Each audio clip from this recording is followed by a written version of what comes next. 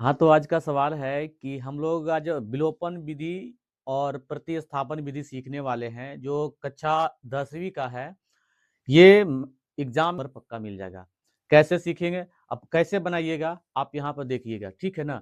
देखिए, यहाँ पे दिया गया है कि विलोपन तथा प्रतिस्थापन विधि द्वारा इसको हल करने के लिए कहा गया है। कुछ मान दिया गया है इसमें से, यानी प्रश्न है।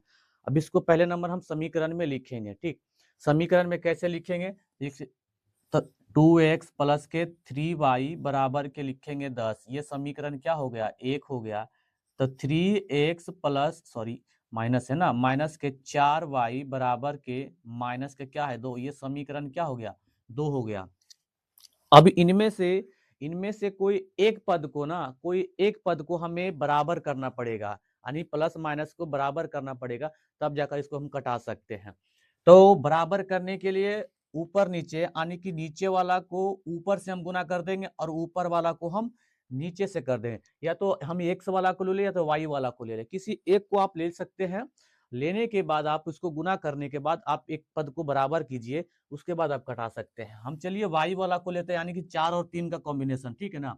यानी 4 को हम ऊपर से गुना कर रहे हैं और 3 को हम नीचे से गुना कर रहे हैं, ठीक? अगर गुना करेंगे इसको तो यानी कि यहाँ 4 और 2 कितना, यानी 4 दूनी कितना आता है? 8। तो यहाँ पर 8x हो जाएगा प्लस में, है ना? 4 तिया कितना हो जाएगा? 12। तो 12y बराबर का है ना? 10 चौक कितना हो जाएगा? 40। तो 40। ये समीकरण क्या हो गया?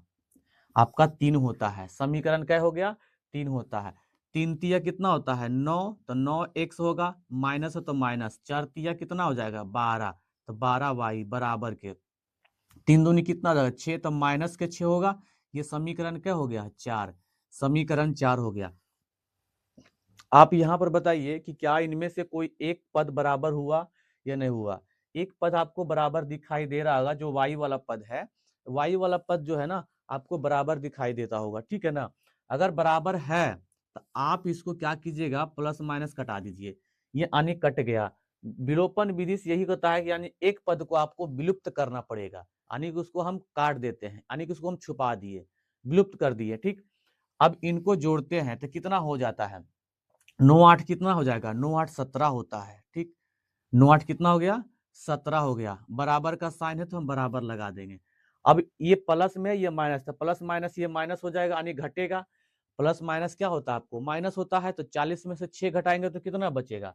यानी कि यहाँ पर x भी चलेगा साथ में, ठीक ना? यहाँ पर 40 में से 6 घटाएंगे तो कितना बचेगा? 34। यानी कि ये हो गया 34। तो देखो ये दोनों, यानी कि इस 17 दूनी कितना कट जाएगा? 2 बार में तो 17 दूनी 34। तो यहाँ x बराबर में कितना आ गया? 2। यानी x का मान कितना आ गया? आपको 2। अगर x मालूम चल गया है ना आपको, अगर x मालूम चला है तो आप y भी निकाल सकते हैं। कैसे निकालिएगा? आइए बताते हैं कि आप अगर समीकरण 1 में, है ना, आप समीकरण 1 में x का मान रखेंगे, या आप समीकरण 1 में रखिए या 2 में रखिए, है ना, किसी में आप रख सकते हैं, इसमें से कोई दिक्कत नहीं है ना? ये नहीं कह सकते हैं कि हम एक ही में रखेंगे, आप दोनों में किसी में रख सकते हैं, ठीक है? चलिए, तो समीकरण लिखेंगे यहाँ पर कि समीकरण एक में किसका मान रखेंगे? x का मान। तो x का मान रखने पर, तो x का मान रखेंगे तो समीकरण 1 ले लीजिए आप पहले, सबसे पहले। तो 2x प्लस के 3y, है ना, बराबर के 10। ये हो गया हमारा समीकरण, ठीक? 1 ले लिए हमने समीकरण, ठीक है ना? चलिए देखिए, अब क्या है ना, अब जो x का मान है, तो जहां x है उसको वहीं लगाना है। तो इसको लिखेंगे 2 गुने x का मान क्या है? 2 प्लस में 3y बराबर के क्या है? 10। तो 2 दूनी कितना हो जाता है? 4। तो 2 दूनी 4 लिखेंगे, प्लस का कितना है? 3y बराबर का क्या हो जाएगा? 10। अब देखिए ध्यान से, है ना, ध्यान से देखिए कि ई 10 y को हम इस तरफ लेकर आएंगे, ठीक है ना? 3y बराबर का क्या लिखेंगे? 10। 3y बराबर का 10 लिख दिए।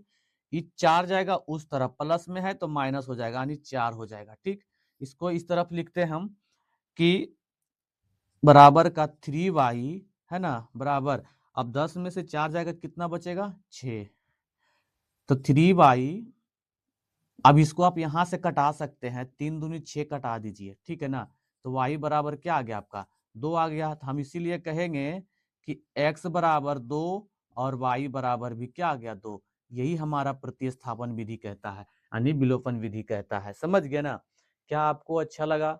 अगर वीडियो अच्छा लगा है तो आप लोग ना इसको शेयर सबसे पहले कीजिए। आप लोग शेयर